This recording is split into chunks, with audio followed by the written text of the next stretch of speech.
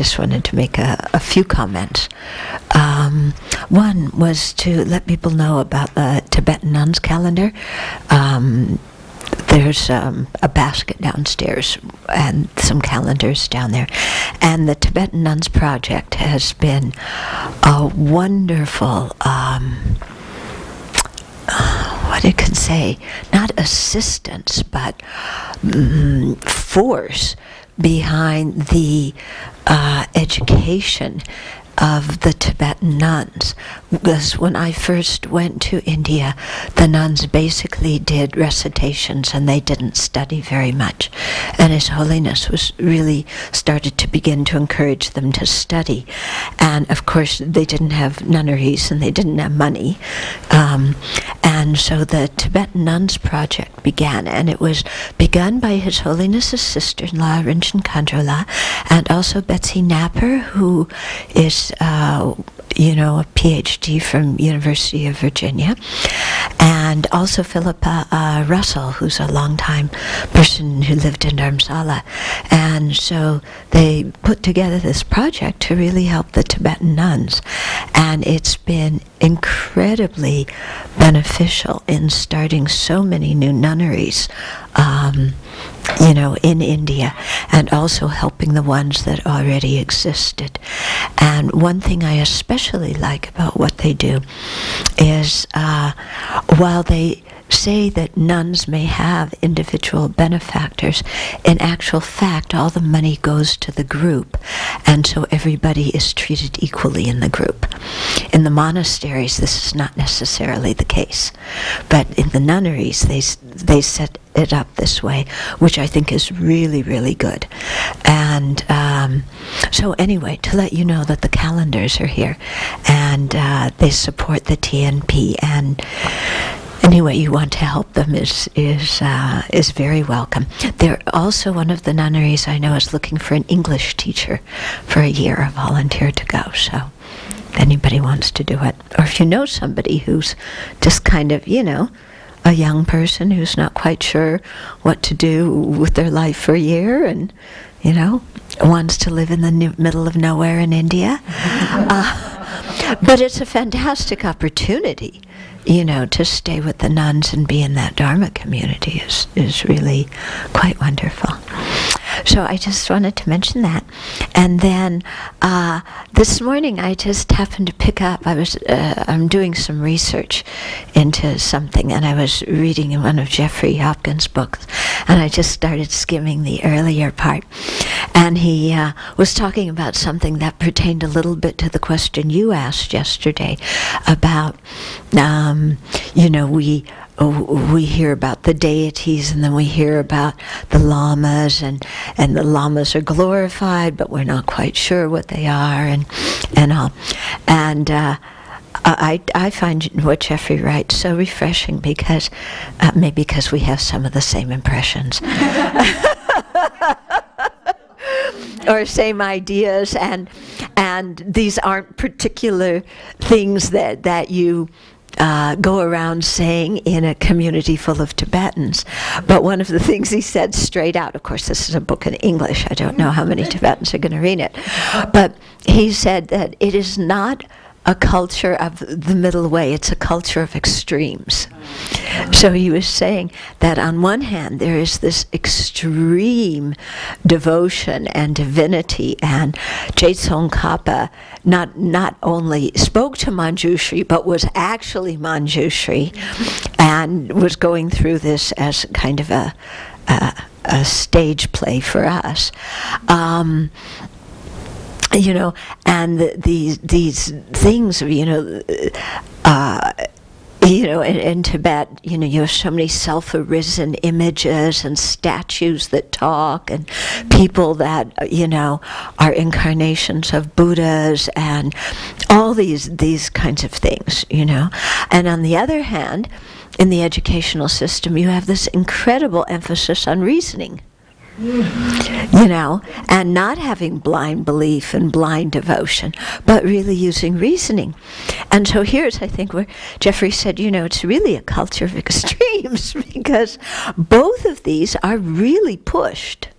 you know, and you know, just in the last teaching that we were at with His Holiness, he's so much emphasizing thinking about things and using reason and so on.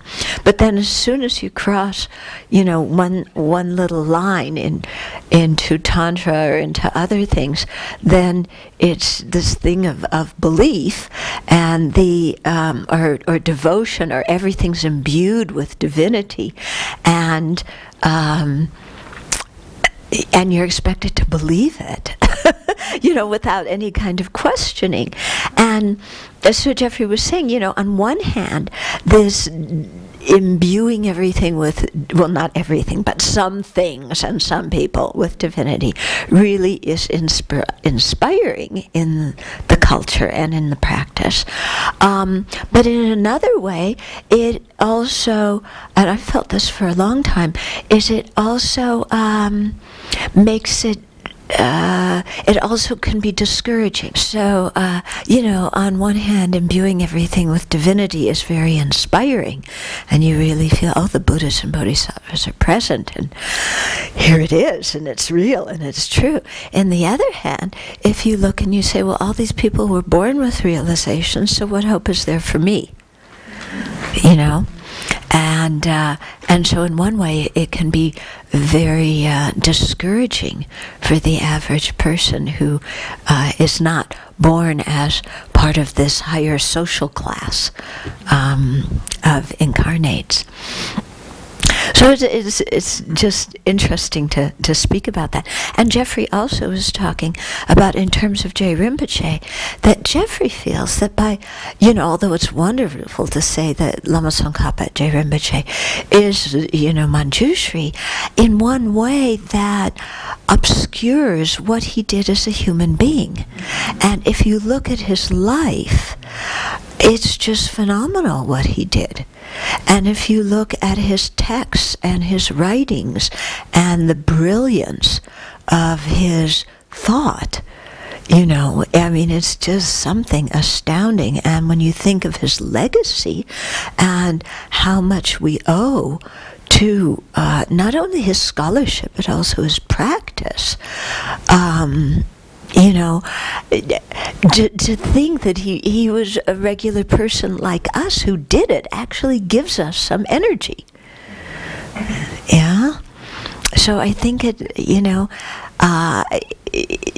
as to complement your question, that both these approaches are useful, but use whichever one inspires you and not the one that uninspires you at any particular time. Okay? Yeah? So when you're feeling kind of like, oh yeah, there's so much to practice, then if you think of what Jay Rinpoche did as a human being and what he practiced, and, you know, he did, I think it was 100,000 prostrations to each of the 35 Buddhas, so that's 3.5 million prostrations. So when you're doing your 100,000 and you feel tired, then remember what he did. You know, and say, oh, you know, and then remember what he attained as a result of doing all this purification. And then say, okay, I'll just do mine slowly and surely. But if I do, it can have the same kind of long-term effect. Okay, so, yeah. So I think it's, in sum, I think it's good to have kind of a balanced mind, because it's nice to see the, you know, to really feel that the Buddhas and Bodhisattvas are not that far away, and that, you know, they're imbued in things. And our statue has different expressions. I don't know if you've noticed. Yeah, but our Buddha has different expressions at different times.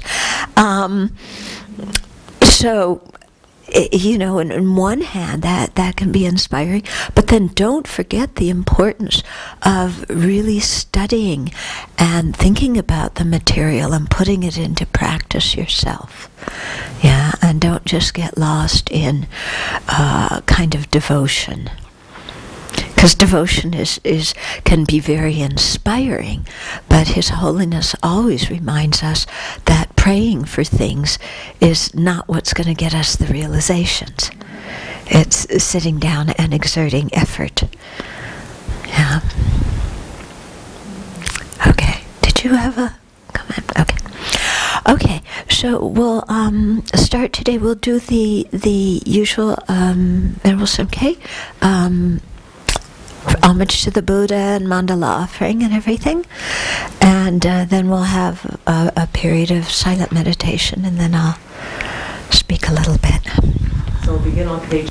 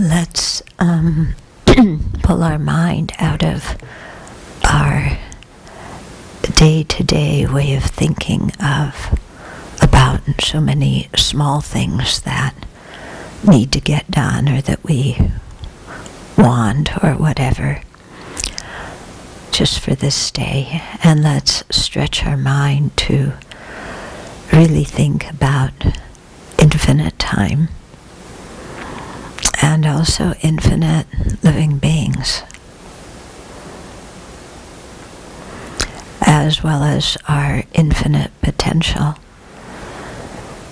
As we learned a little bit yesterday about the qualities of a Buddha, and so the qualities of our refuge, but also the qualities that, or the abilities that we can develop ourselves. So let's stretch our mind to include all these things. And then, considering this, ask ourselves, what is important for me to do?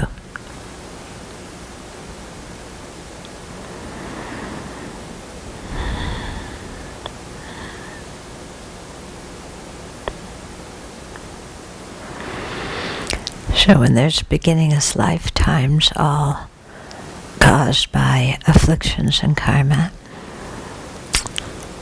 and countless sentient beings who, just like ourselves, are entrapped by afflictions and karma.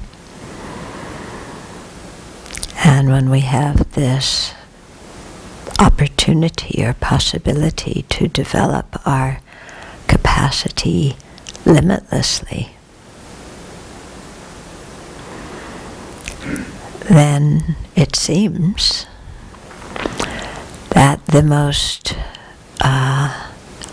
obvious thing to do, the thing that makes most sense to do, is to follow a path that will lead us to this full development of our potential, so that we can be of the greatest benefit to the countless sentient beings.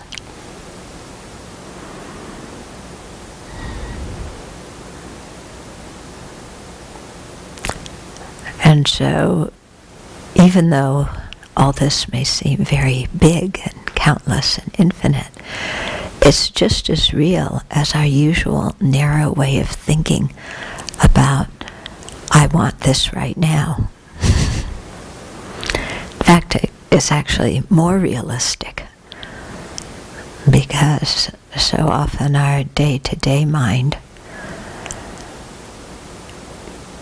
we forget what was occupying it the next day. It's very transitory, very unpredictable. Whereas this long-term mind, whenever we examine the situation, we consistently come to the same conclusion.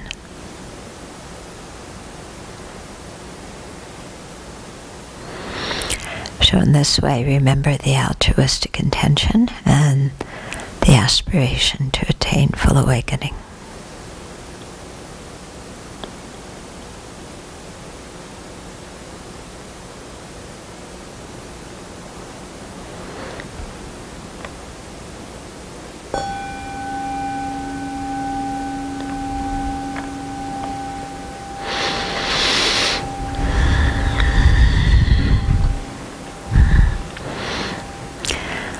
So it's true, isn't it, when we think of, in this big way, of infinite lifetimes and infinite potential and countless sentient beings and being born again and again under the power of afflictions and karma.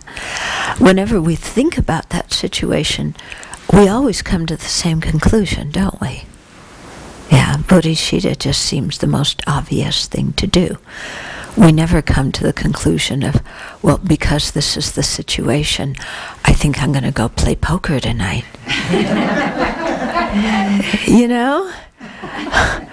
Or because this is the situation, I'm going to do nothing. We never reach that conclusion when we really look at the big picture. We consistently reach the same conclusion.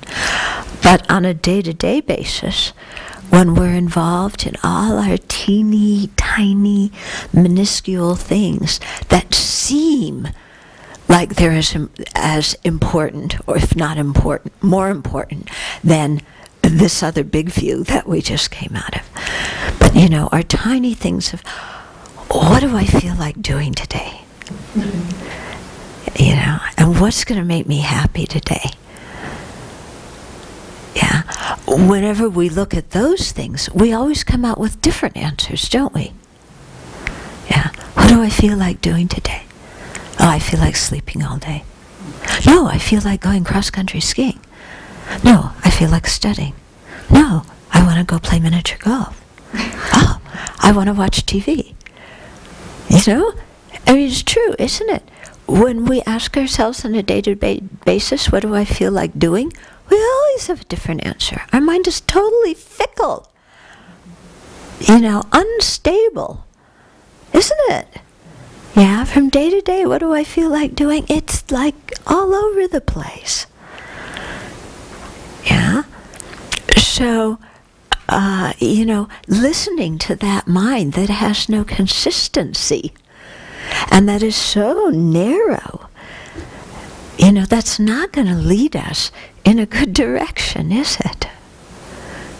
We're going to wind up doing these, dramatic pendulum-like swings.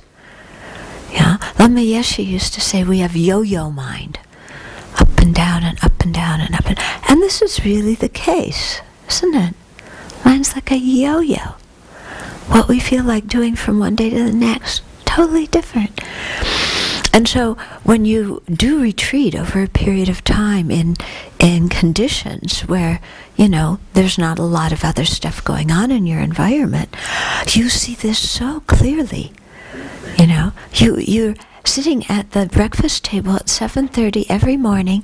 The sky basically looks the same, although once in a while there's some sun, or once in a while there's some snow, and the people around you are basically the same.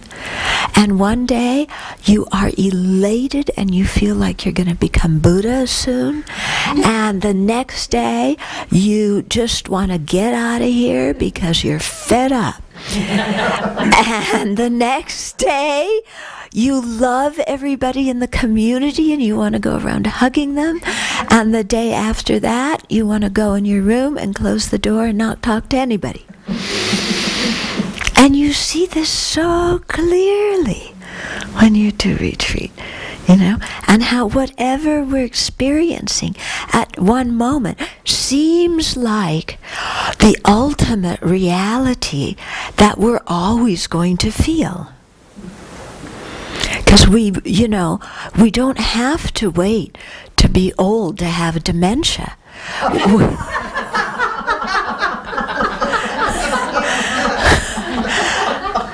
We have short-term memory loss right now, don't we? We forget how we felt the preceding day. We forget how we felt the exact opposite way the preceding day. And instead, whatever we feel today, we think is the ultimate reality and truth. Isn't that dementia?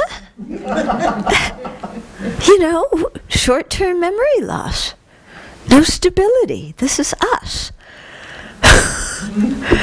Yeah? So,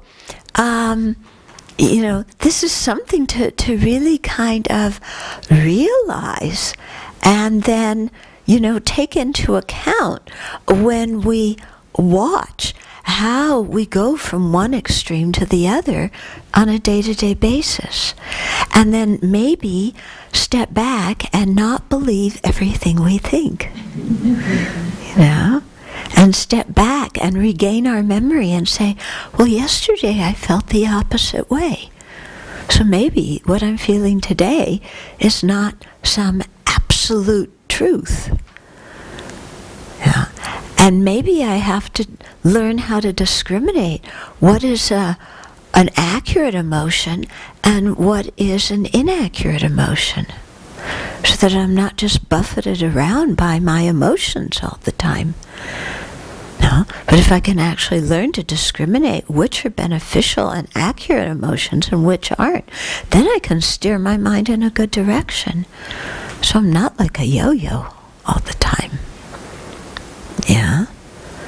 Because being a yo-yo, it's the thrill of change. But it's actually kind of boring, isn't it? When we watch up and down, up and down, up and down, after a while it's just like, get me off of the roller coaster. Now, I'm just tired of the merry-go-round. So that's the wish for liberation. Now we want to get off the merry-go-round. So, merry-go-round is one analogy for samsara. I received an email from Guy Newland the other day, and he had a new analogy for samsara, which I think is very great. He said it's like being lost in an airport parking garage. Especially the one at SeaTac, you're going around and around, the ones that go up all the time. So and then you go round and around this way, and it's so deceptive because there's so many different ways in parking garages to turn that sometimes you think you're following the path to go up, but actually you're following the path to go down. And you're lost in this parking garage. All you do is drive around endlessly, going up, going down, wanting to go up, but getting confused and going down. Yeah? And then sometimes, let alone getting to the point where you're driving around, looking for the exit, which there's so many exit signs, but all of them lead you either up or down. None of them lead you out. Yeah? But sometimes you can't even find your car. Yeah. That's really being lost in the parking garage. You can't even find your car. Or you can't find a place to park. This is like in samsara, there's no resting place. We're involved in constant change. There's no place to park the car and, take out your lunch. You have to keep driving. I think that's a really good analogy. Yeah? Because I know how I am with, in a parking garage just driving around, and it's like, yeah. Or maybe I just happen to be with the people that get lost a lot in the parking garage. I don't know, but yeah. So that, samsara is really like that. And that's the situation that we're all in. It's not just me driving around in the parking garage. It's everybody driving around in the parking garage. Yeah. So my enemies are driving around trying to find the way out, and the people I love are also driving around trying to find the way out. No. And none of them can find the way out. And sometimes we bump into each other. So you collide. Your loved one is trying to find their way out, but you collide. And then your loved one becomes an enemy. Yeah, who damaged your clunking car even more. Yeah. And then an enemy comes along and helps you repair your car, and that enemy becomes a friend. Yeah. As we are all keep going up and down, round and around in circles. It sounds like a nightmare, doesn't it? Yeah? Doesn't it sound like a nightmare? So that's what samsara is. And the more we can think about that and really see the defects of samsara and recognize that, when the great masters describe what samsara is, that this is a description of our life. It's not a description of somebody else. It's not a description of this world with so many problems. It's a description of my life, and what I've been doing since beginningless time. And so to really take that personally, and if we take it personally, then we get a bit alarmed. Not a bit alarmed, we get terrified. Like, I don't want to keep doing this. And so that is what leads us to what's called renunciation. So what we're renouncing is suffering. What we're renouncing is all this craziness. We're not renouncing happiness. We're renouncing this circular, impossible to get out of craziness. And so we have to feel that very personally in terms of our own life in order to generate renunciation. And after we've done that, then we realize that it applies to everybody else. And that helps us to generate bodhicitta, wanting to become a Buddha in order to help liberate everybody else. If we forget about the samsara, cyclic existence, being our situation, and instead say, but I want to cultivate love and compassion for all these other people who are stuck, then our altruism is nice, but it's a bit airy-fairy. Because it's love and compassion out there for all those poor slobs. But I'm not a poor slob. I'm separate from them. I'm noble because I have love and compassion for them. Yeah, that's not going to work. That's not going to work. Okay? So, we have to really see this as our own experience. And then when we see it as everybody's experience, there's really a heartfelt connection with what others are going through. And it's not just some kind of intellectual, all these beings stuck in beginningless samsara. But inside feeling, but I'm not. Yeah. Yeah, have you ever felt that way? All these beings, there's so much suffering in the world. But I'm me. I'm sitting here, permanent, independent, in control, watching all these suffering sentient beings and having heart-wrenching compassion. But I'm quite separate from them. Yeah, all this stuff about, being trapped by ignorance, karma, that doesn't apply to me. Yeah. For me, everything just happens. I don't think about it. It has nothing to do with cause and effect with me. It just happened. Okay, so, it's really something when you read these descriptions of samsara in a very personal way and check them out. See, this is my experience. Like, there's one phrase in the three principal aspects of the path that always gets me. Even though I have it memorized, I have to look at it up. It is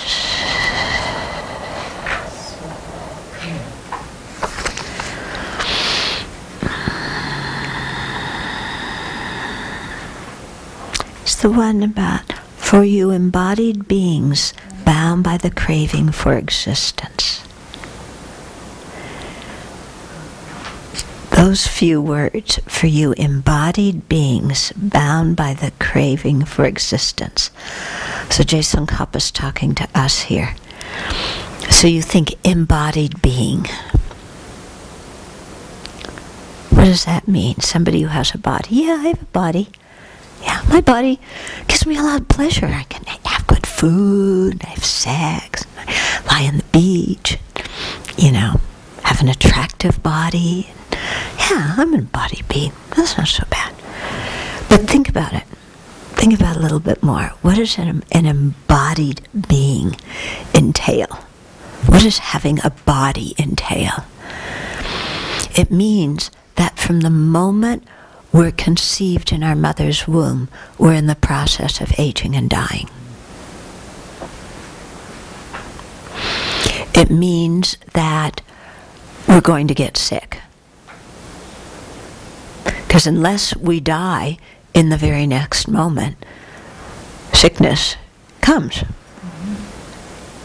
Aging comes. Yeah. And then we're caught up in this thing of trying to make our body comfortable all the time, which is impossible. What an impossible endeavor, trying to get this body to be comfortable. Yeah, we're trying it all the time. And, especially when you come into the hall and you sit down on your cushion. Have you ever found the perfect seating position where you can sit comfortably for as long as you want? No. Okay. And you say, well, that's just because I have to sit here on this cushion. Well, go sit somewhere else. Go lie on your bed. When you lie on your bed, can you find the ideal lying position that you can stay in for days on end without moving? Yeah. Or you say, I want to be in the hall, I don't want to be in bed. I want to walk. Have you found the ideal way to walk where you can keep doing it? Yeah. So having a body means that there's constant discomfort and there's no way around it. And that then we have to deal with the mind that screams, but it shouldn't be like this. I didn't sign up for this. I signed up to have a happy, healthy, attractive body that doesn't get sick and doesn't age and always makes me happy. That's what I signed up for. Well, who did you sign up with? Yeah, go get your money back. Because sorry to say, when there's ignorance in the mind, we're not signing up for bliss. Yeah, when there's ignorance in the mind, we're signing up for constant, discomfort. And then we have to work so hard to keep this body alive. Have you ever thought about that? What you have to do to keep this body alive? Yeah. You have to feed it. So that means you have to go out to the store and buy food. Or you have to grow food. And in order to do that, you need money. So that means you have to go to work. Yeah. And to go to work, you need certain clothes and you need a car. So you need those things. So you need to go to work to get the money to buy the things that you need so you can go to work. So you can get some food. And then you also need a toilet for disposing of the leftover food. And you need a garbage disposal. And you need a bathroom and a bathtub because this body gets dirty all the time. And then you need an insurance policy, you need health care, so you need an insurance policy, you need a doctor, you need to be able to pay for your health care and dental care, so you've got to go to work to do that. But then your teeth hurt and your body hurts and you can't go to work. Yeah. And it's, it's just a hassle all the time with this body. All the time. No.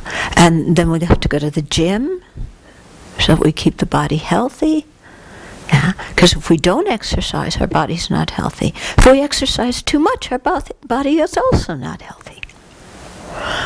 Yeah. So finding the right amount to exercise is very difficult, especially because it changes from one day to the next. Yeah. And then, of course, we have to keep our body attractive. Yeah. So we have to do all sorts of things to keep our body attractive. Now, according to the social standards of any particular time. So years ago, in ancient times where there wasn't a lot of food, then being fat was a sign of wealth, so everybody wanted to be fat. Now, people don't want to be fat, they want to be thin. Okay, so when you're thin, to become fat, and there's no food around, is hard. When you're fat, to become thin is also difficult. Yeah, and if you're too thin or you're too fat, you're not healthy. And, and then to keep the body beautiful, because we always wish we looked like somebody else. Yeah, remember high school for a minute. Remember high school. Yeah. Were you happy with the way you looked in high school? No. I had curly brown hair, and I was supposed to have straight blonde hair, like Venerable Tarpa had. Was it straight? Oh.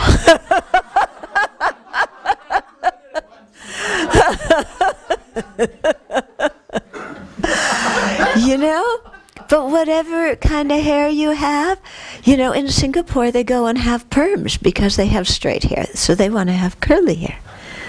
Yeah, and if you don't have hair, you're trying to get some. Yeah, and so, we're always trying to change something about our body. It's never good enough. Yeah, we never bulge exactly where we're supposed to bulge. There's certain parts where we're supposed to bulge, but we never bulge there. We bulge other places where you're not supposed to bulge. So living with this body in which we have so much pressure to make it into something that it's never going to be, and where it's impossible to have true comfort or happiness, and where at the end of the day, what happens to the body? Yeah, Bill is a chaplain at a Spokane hospital. What happens to the body at the end of the day? As far as I can tell, they all die. Yep, they all die, don't they? They all die. So this body that we spend so much time fussing about, at the end of the day, deserts us. Okay? So when he says, for you embodied beings, for me that has a lot of meaning. Once you have a body, everything else it entails. Having a body is not easy. And for you embodied beings bound by the craving for existence. So this is saying that our craving for existence is what got us in this body to start with. We weren't just born in a body because that's the way it is. I mean, most people don't even question why was I born? How did I get here? But, if you do start, well, why was I born in a body? Well, this is it, the craving for existence. Under the influence of ignorance, our mind is craving for rebirth in cyclic existence. And the foundation for most of rebirths in cyclic existence is having a body. And then once you get the body, you get everything that comes with it.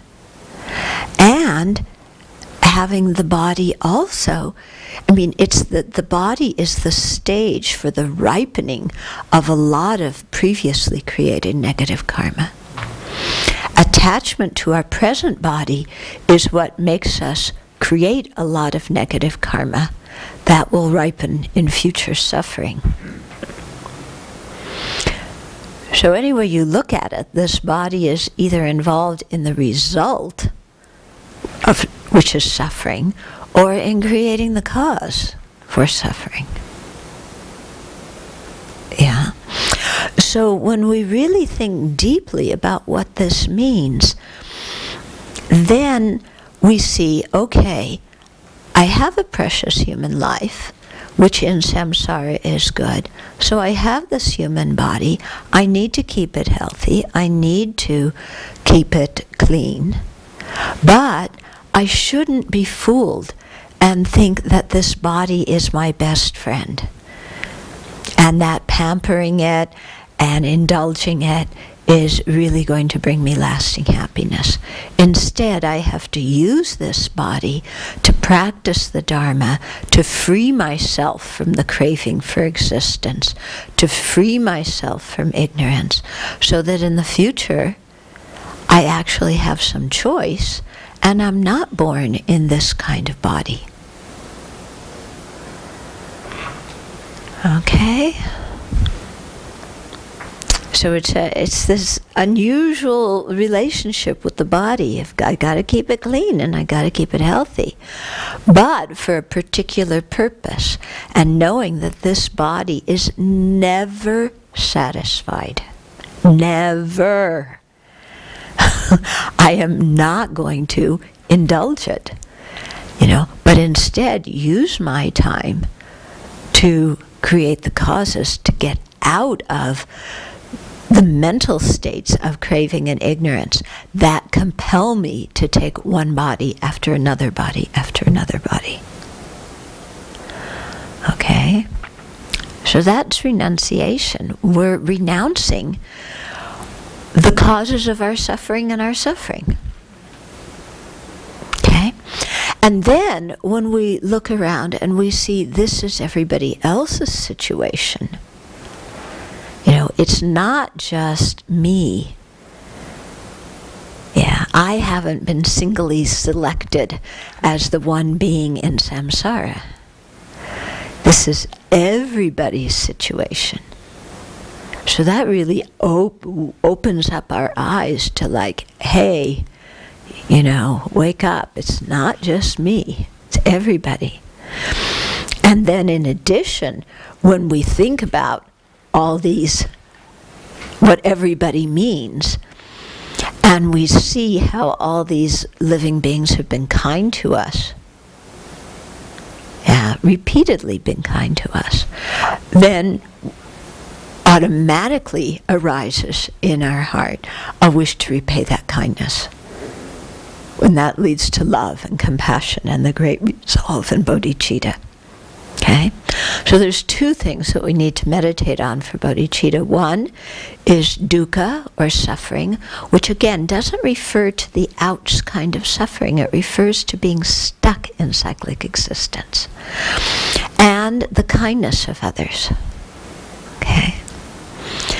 So Venerable Jigme and Ruby were just in a traffic accident in India, and one of the things that both of them said when I talked to them individually was how kind other people were to them.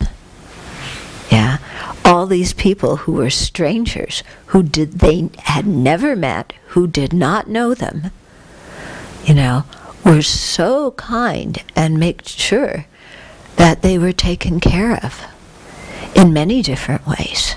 Not only receiving the medical treatment they need, but having a place to stay and being able to get back to Delhi and, over and over and over again, people going out of their way to help perfect strangers.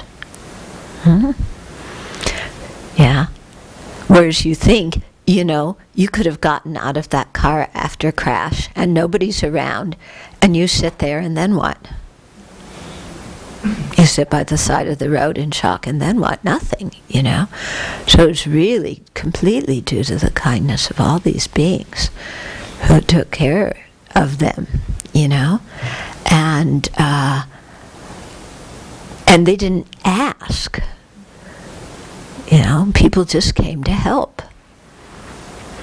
So when we look in our own lives, all the time, people are helping us.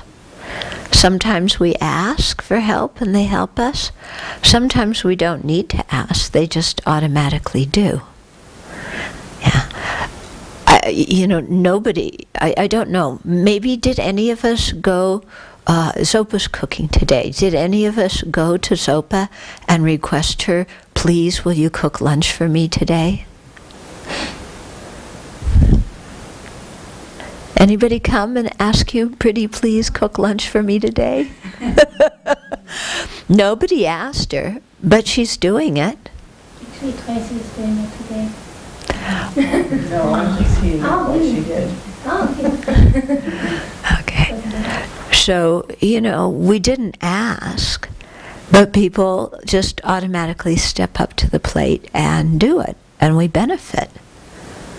Yeah. And when we eat lunch, do we think, oh, you know, think about the people who cooked the lunch and who chopped the vegetables and who grew the vegetables and who transported the vegetables and everything. Mm-hmm.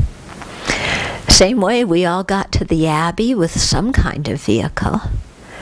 Did you ask somebody to go out and build a vehicle for you? Did you ask the miners to please go in the, you know, mining is a dangerous occupation. Did you ask them, please go and get all the metals and different things under the earth to build the car that I want? Yeah, please risk your life in a mine, you know, day after day so that I can have a car. We didn't ask anybody to do that, but they went to do it. And it's because of their kindness that we were able to get here in different vehicles. No. So everywhere we look around us, there's, you know, sentient beings being kind. And what I've noticed sometimes is when I look at the things that I get irritated and annoyed and sometimes outright angry at, so many of them so many of those situations occur when somebody is trying to help me, but they aren't helping me in the way I want to be helped. You know? Yeah. But I get mad at people who are trying to help me. Yeah? Have you ever looked at your life and looked at the things you get mad at and see how often, you know, you may be working on a project together with somebody else and they did something a little bit different than you would have liked, but that they thought was good, and we get angry at them, even though they're trying to help us on the project. Yeah? Or people come and give us advice, yeah, and we don't like it, so we get angry at them. But you know, they're trying to help us by what they say, what they warn us about. So it's so strange to look at our minds sometimes. So I think it's really important to train the mind to look and to see how much assistance we're receiving from others all the time, and how kind other sentient beings are being to us. Yeah. I mean, I'm just thinking now of how we, you know, because this building used to be down where Chenresi Hall is. We moved the whole building, you know. Actually, we didn't move it. We asked some other people to move the building, you know. But because they moved it, you know, we now have a hall here. And I remember when the guy from Floors and More came, do you remember? And he was putting in the carpeting. He was so concerned about there being a seam in the middle here. He didn't want people to see a seam. And he kept pulling it up and putting it down, and until he could get it the best that he possibly could. So these kinds of things. And then Venerable Sultram and company patching up all the holes that were left in the side. And Venerable Tarpa too, because the building didn't just kind of go back in a nice, neat way. There were holes and crooked things, and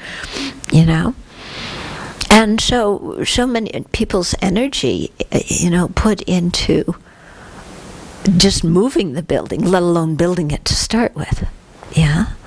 And as a result, we have this, and we just come in and, wow, there's carpeting on the floor. It's nice, isn't it? Much better than before. But to really see that all of this happens because of people's kindness. That actually in our whole life we've received so much kindness again and again and again from sentient beings. And so this is one thing to train our mind to see. Because right now, our mind is so often trained to pick faults with people, to judge them, to complain about them. And when we judge and complain and like that, we're not happy. And neither are they. And also our way of thinking is very skewed because we're only looking at one part of the situation. If we train our mind consciously, deliberately, picking up this mind, figuratively, and moving it over here, I am not letting you stay there complaining about how awful sentient beings are. I am moving you over here to look at the kindness that sentient beings have said, had given. And we train our mind again and again, because it kind of slips and goes back to its old habit of judging and complaining, and move it over again. Okay? So if we do that, our whole take on our lives changes, and our whole take on the world changes. And I think there was one comment Obama made that people got so outraged at him about.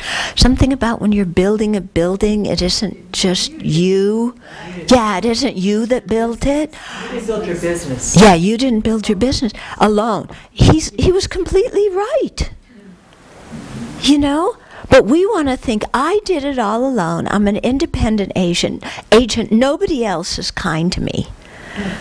But he was absolutely right. We don't do anything on our own. We depend on other living beings for everything. And so if we train our mind to realize that and to see their kindness, we feel so much differently about life. And then this also spiritually leads us to, thinking about the welfare of others. Because here am I, an embodied being, with the craving for existence. They're in the same boat, and they've been kind to me. And I've met the Dharma and have a precious human life with the opportunity to actually progress on the path. So what's the next natural step to do?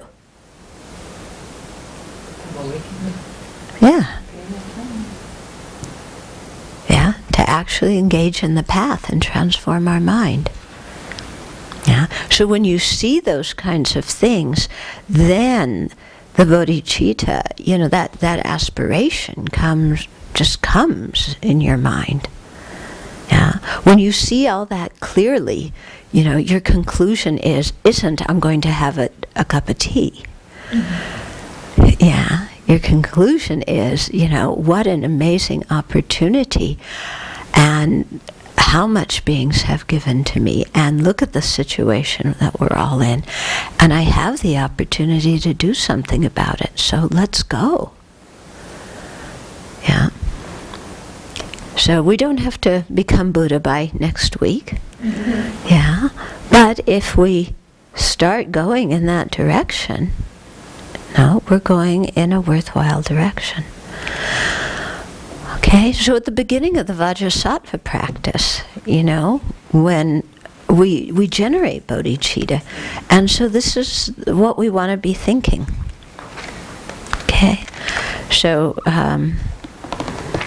we say, I will liberate all sentient beings and lead them to enlightenment. Thus I perfectly generate the mind dedicated to attaining enlightenment, i.e. the bodhicitta, for the benefit of all sentient beings. Okay, so at the beginning of all of our practices, we take refuge and we generate bodhicitta. It doesn't matter what practice you're doing. It doesn't matter what day you wake up, you should take refuge and generate bodhicitta. Every day, first thing in the morning, last thing before we go to bed, take refuge and generate bodhicitta. But we do that in our practices specifically because when we take refuge, we know what spiritual path we're following, and when we generate bodhicitta, we know why we're following that path. So that brings a lot of stability to our practice and to our life, because we know what we're doing and we know why we're doing it. Yeah. When we're not sure what our refuge is, then we're just kind of all over the place. When we're not clear about why we're doing it, then we do it sometimes and not other times. Okay? So really strengthening and gradually cultivating and developing our refuge and bodhicitta makes a huge difference. And so that's why we do it when we wake up in the morning, before we go to bed at night, at the beginning of all of our meditation sessions. Refuge and bodhicitta also together form one of the four opponent powers of purification. And so since the Vajrasattva practice is specifically for purification, these four opponent powers are quite helpful, quite necessary. Yeah. So the first one is to have regret for our negativities. Then we take refuge and generate bodhicitta as a way of transforming our attitudes towards whoever it was that we harmed. Then we do some kind of remedial behavior, and then we make a determination not to do those negative actions again. So the order of the four opponent powers sometimes varies. Different texts sometimes list them in different order, and different sadhanas sometimes have them in a different order, but they all have, when you're doing purification, you have to have all four. So here we start out with refuge and bodhicitta, and the reason why this is an important step in purification is when we have acted in destructive manners and created destructive karma, it's in relationship to either holy beings or ordinary sentient beings. So which means that we've had some kind of ignorant or harmful attitude towards them that propelled that ignorant and harmful action towards them. So in order to purify, we need to change that mental state that stimulated the action. So in terms of holy beings, how do we create negative karma in relationship to holy beings? We take things from the altar that have been offered to holy beings and we take them for ourselves, or we misuse property that was offered to the Buddha, Dharma, and Sangha, or we criticize holy beings, or we deprecate them, we criticize the teachings, we disparage our spiritual mentors, So all these kinds of things, are negative actions that we do in relationship to the field of merit those who are going to help us on the path. So in order to change that motivation with which we did those negative actions, then we take refuge in them. So that's why we say, I take refuge in the 3 jewels, here in the Vajrasattva practice.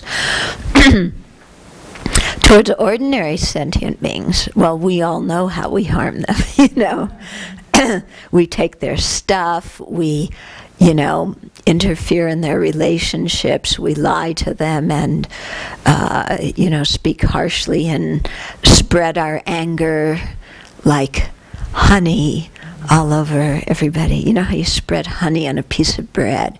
We take our anger and just spread it all over everybody. So, we're greedy for their stuff. Yeah. So there's so many ways in which we harm living beings. So the way to change those various harmful actions that we have towards them is to instead have the motivation to become enlightened so that we can work for their benefit.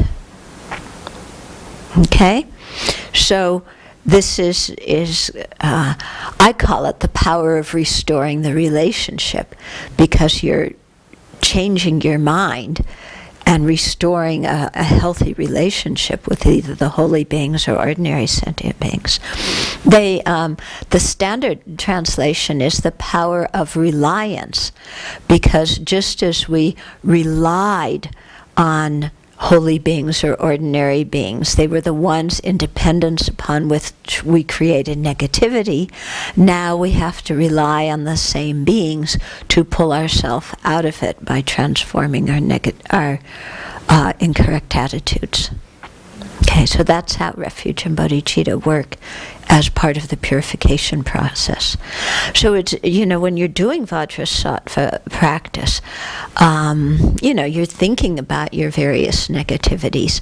And sometimes in doing so, we get really stuck, because we say, well, yeah, I got mad at that person and said some nasty things, but look at what they did to me, And then we're often running with, look at what they did to me, and how could they do that? And I had to do that back, and it was the only reasonable thing to do, and they were taking advantage of me, and they were harming me, and how can this happen? And we get really stuck in our own stories. Okay? So at those times in your Vajrasattva practice, it's very helpful to step back and think of everybody in that situation and put Vajrasattva on their head. And as you say the mantra, imagine Vajrasattva pouring light and nectar into everybody in that whole confused situation. So Vajrasattva is purifying the people who harmed you. It's also purifying you for the harm that you gave back to them. Yeah. Vajrasattva is purifying all our wrong conceptions and attitudes towards those people, and all their wrong conceptions and attitudes towards us. So the whole thing's getting purified.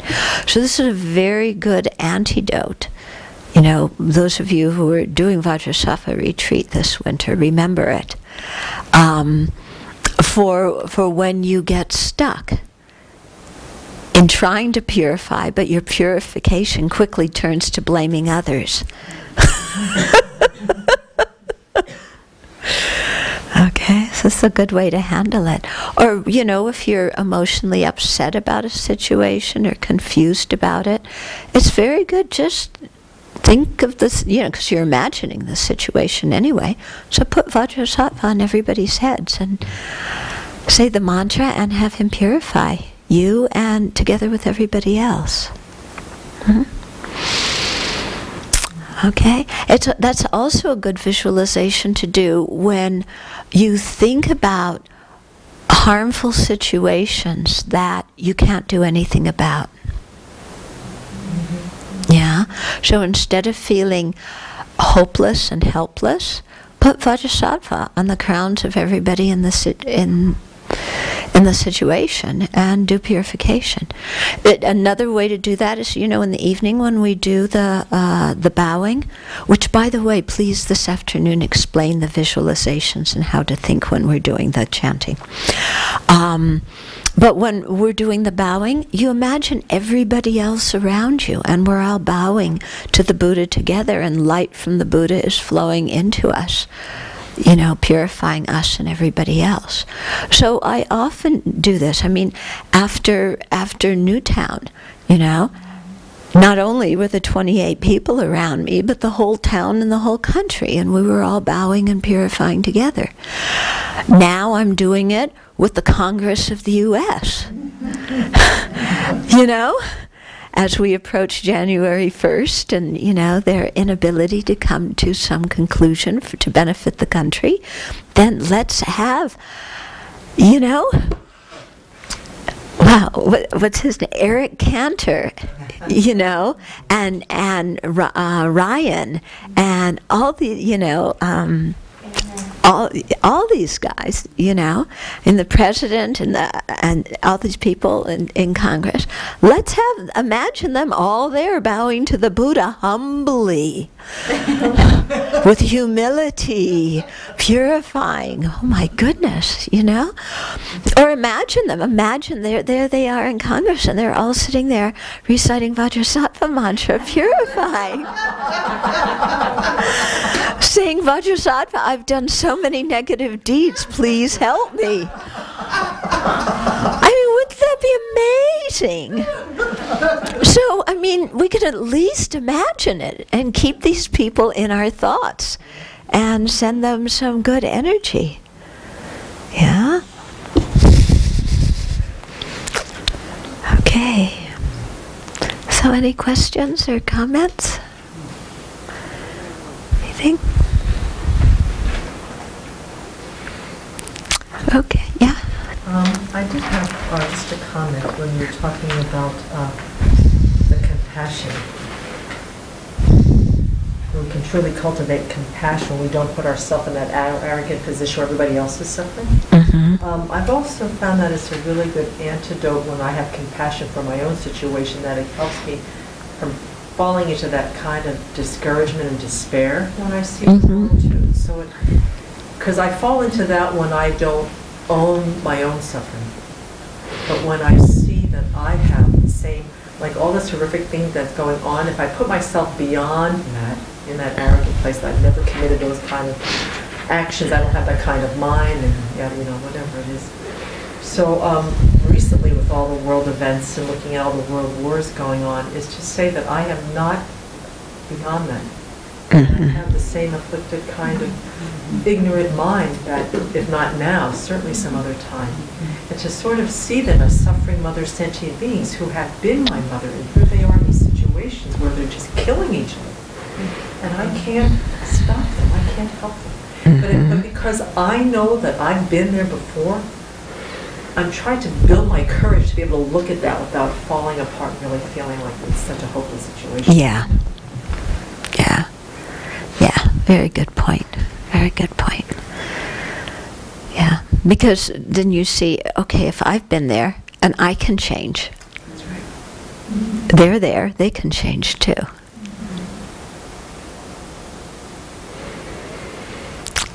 Okay. So we'll dedicate. And then the community is going to meet during the next session, and usually the Abbey community, the residents, because we usually don't do this during retreat, but it's been 2.5 months since all of us have been here at the same time, and at the end of the retreat 2 people are leaving, so we have 2 days in 3.5 months to kind of come together. So that's why people won't be here at the meditation session in the after the break, but all of you will be here meditating.